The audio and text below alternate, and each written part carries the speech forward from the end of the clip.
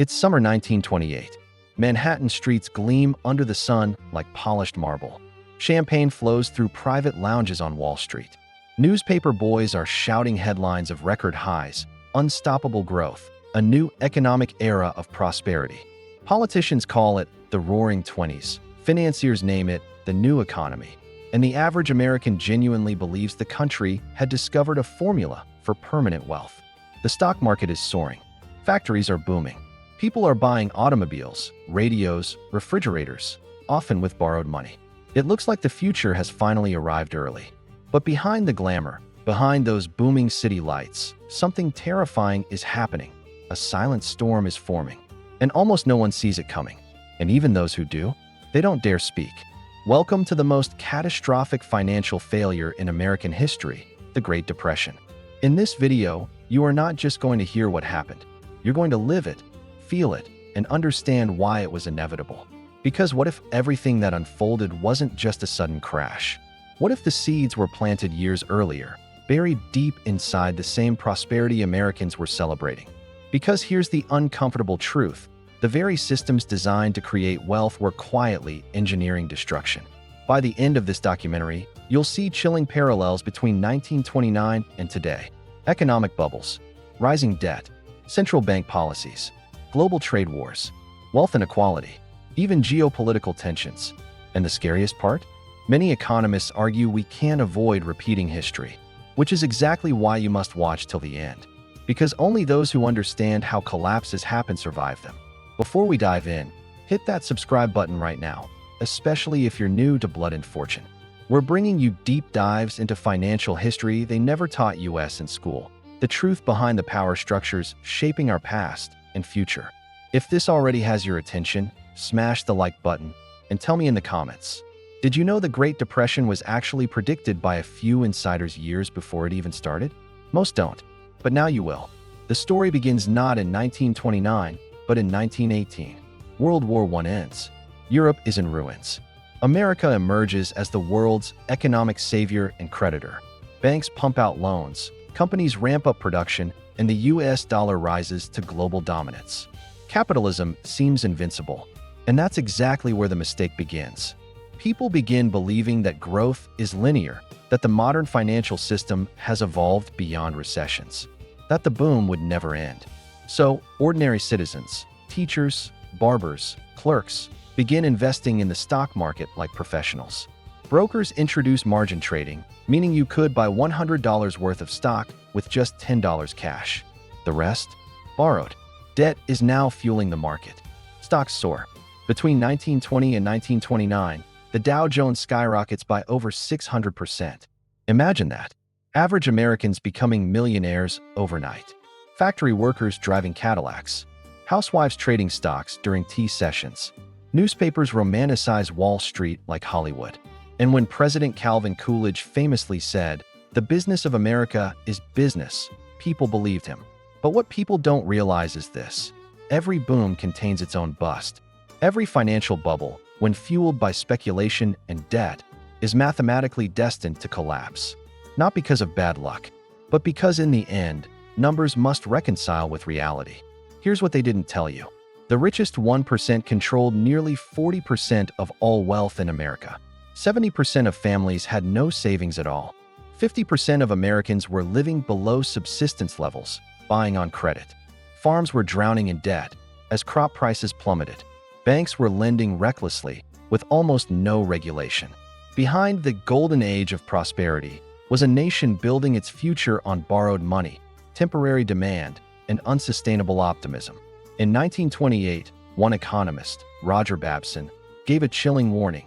Sooner or later, a crash is coming, and it may be terrific. He was laughed off as a pessimist. Meanwhile, the Federal Reserve tried to cool speculation by raising interest rates, but it was already too late. When speculation runs the streets, logic has no home.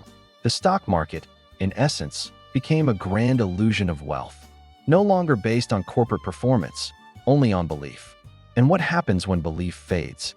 Everything falls. By late 1929, agricultural prices were crashing, wages were stagnating, and consumer demand was slowing. Yet the stock market kept climbing. The disconnect between financial markets and real economic conditions grew into what economists now call the most dangerous economic bubble in history. But nobody was ready to admit it. Investment houses secretly began selling. Insiders cashed out.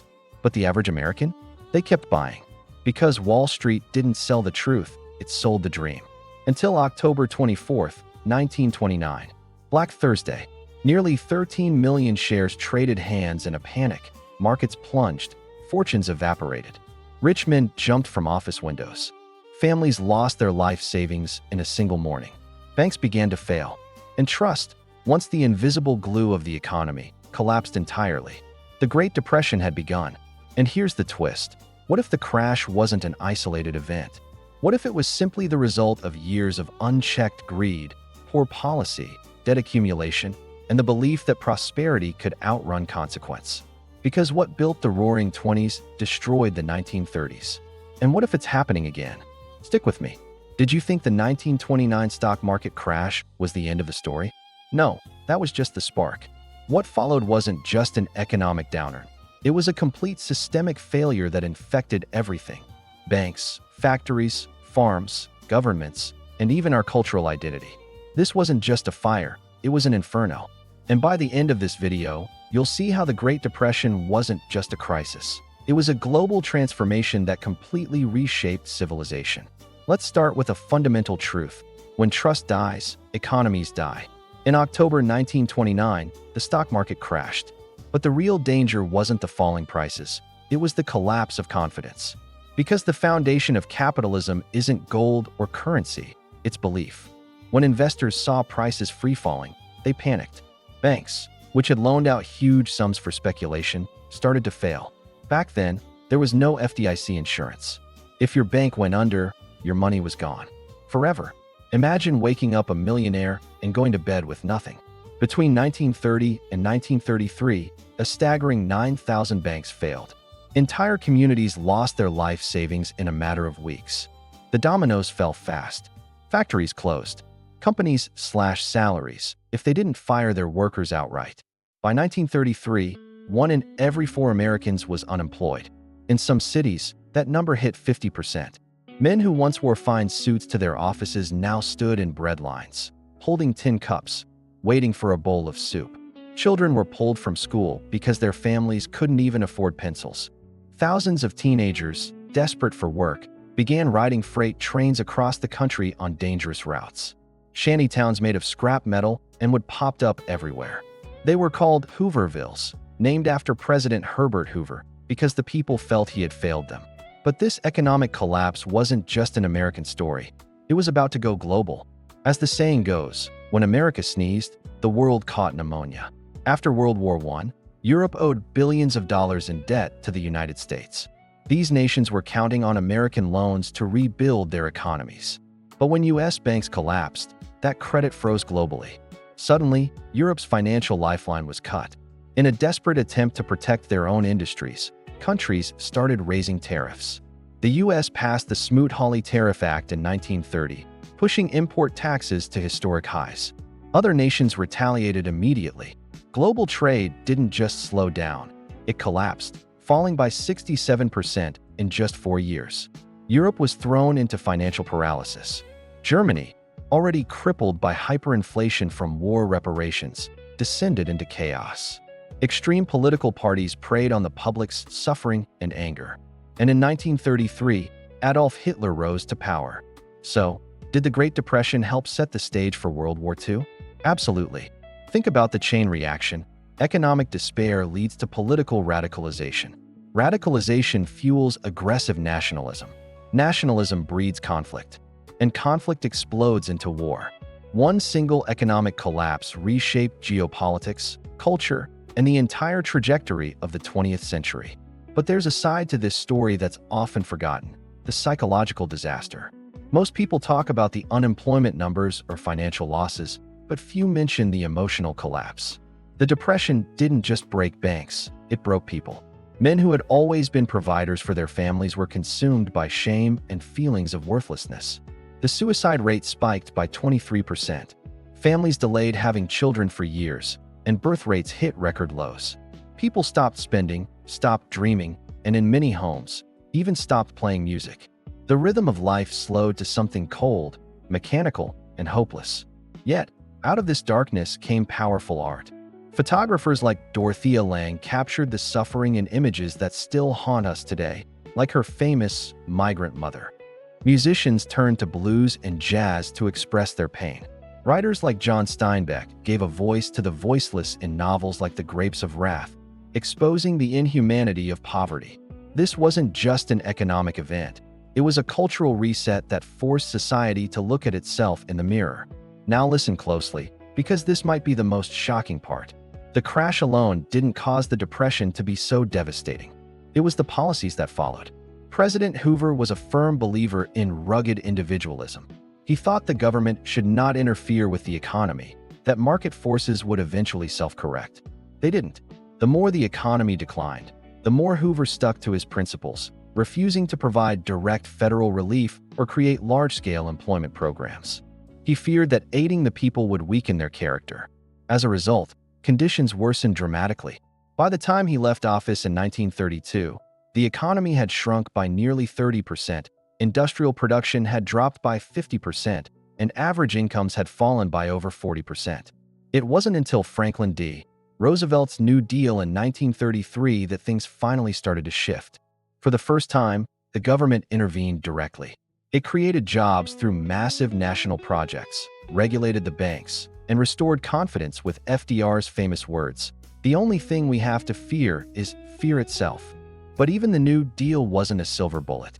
True economic recovery didn't fully arrive until World War II, which forced governments to spend on an unimaginable scale, finally kickstarting the global economic engine. Now, let's bring this into the present, because if history rhymes, then we need to pay attention. Let's look at the scary parallels between the 1920s and today. Back then, there was massive speculation in the stock market. Today, we have record-breaking asset bubbles. The 1920s saw debt-fueled growth. Today, global debt has surpassed $300 trillion. There was rising inequality then, just as the top 1% holds the majority of wealth now. The 1920s had trade wars. Today, we have US-China economic tensions.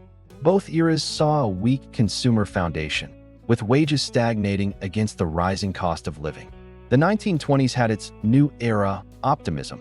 We have our tech revolution and AI hype. And just like then, we're seeing late, aggressive interest rate hikes from central banks. Do you see it? History's darkest financial disaster wasn't random. It was built, step by step, often in the name of progress. The trends we see today are eerily familiar. The question is, have we learned enough from the past to avoid repeating it? What if I told you that the world you live in, the bank account you trust, the retirement you hope for, even the way countries talk to each other, was all built on the ruins of a global catastrophe? The Great Depression wasn't just a historical event. It was a fire that forged the modern world. But here's the frightening twist. The very systems designed to save us from another collapse might be the exact reason the next one will be unstoppable. Stick with me, because this isn't just a history lesson. This is a look into your potential future. After the Roaring '20s ended in a deafening crash, the world plunged into darkness. Unregulated capitalism, once hailed as the engine of prosperity, had torn society apart. From the ashes of that despair, a new promise was made by governments across the globe: never again. They began constructing economic guardrails, many of which still define our lives today. Think about this. Before the 1930s, if your bank failed, your life savings vanished instantly. The terror of bank runs, where panicked citizens withdrew all their money, was a constant threat. In response, the United States created the Federal Deposit Insurance Corporation, the FDIC, in 1933. That little sticker on your bank's door? That's a direct descendant of the Depression's chaos, ensuring your deposits and preventing widespread panic. But the changes went deeper. The Glass-Steagall Act, also from 1933, built a wall between everyday commercial banking and the risky world of investment banking, a separation that lasted for decades. Then came one of the most radical ideas of all, the Social Security Act of 1935. For the first time, the government guaranteed a safety net for the elderly, birthing the concept of government-backed retirement pensions that billions now rely on. To police the Wild West of the stock market, the Securities and Exchange Commission, or SEC, was established in 1934 to regulate markets and prosecute fraud. Minimum wage laws were enacted, labor unions were strengthened, and welfare programs were created worldwide. Before the Depression, the idea of government intervening in private financial matters was almost unthinkable. Afterward, it became the norm. Governments transformed from passive observers into active economic managers. But the most profound shift wasn't just economic, it was philosophical. World leaders learned a terrifying lesson. Economic collapse breeds political extremism and war. The rise of fascism in Europe was directly linked to the economic misery of the time.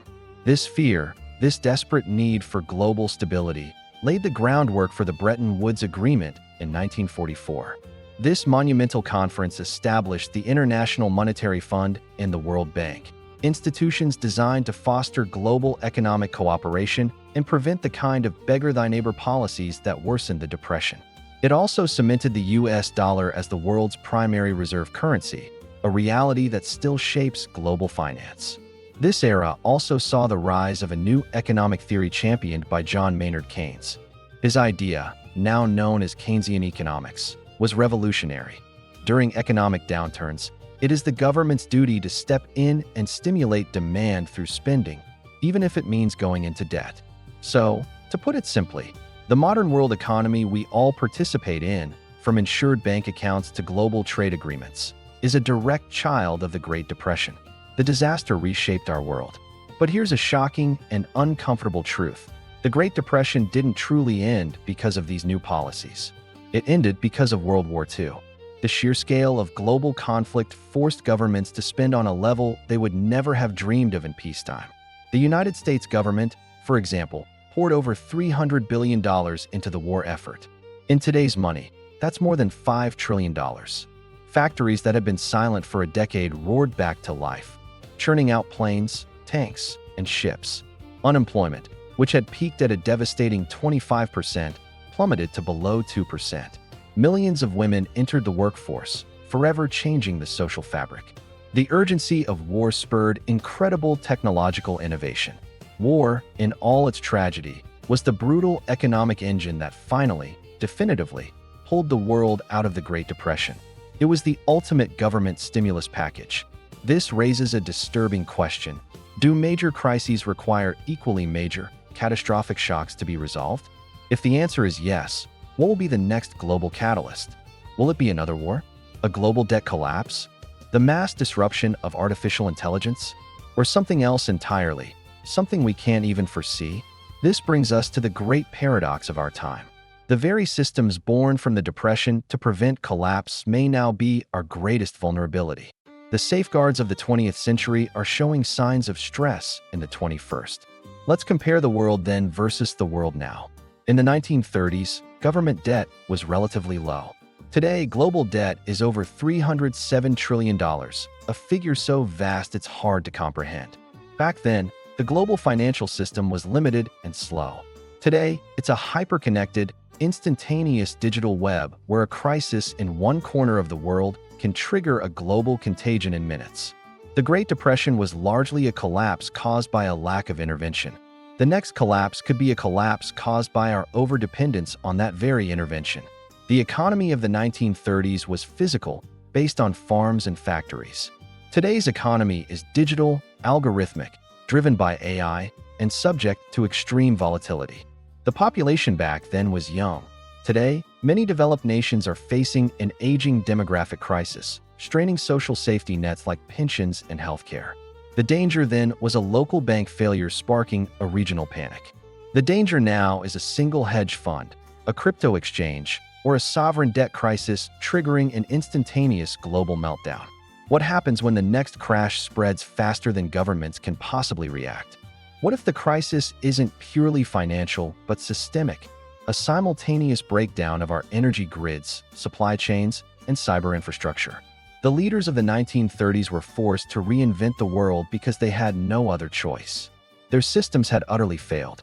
Today, our world is arguably even more fragile and complex, but we may be far less willing or able to adapt. We've become comfortable perhaps too comfortable, with the systems built by our ancestors. Now, I want you to listen to this next part very carefully. Does any of this sound familiar?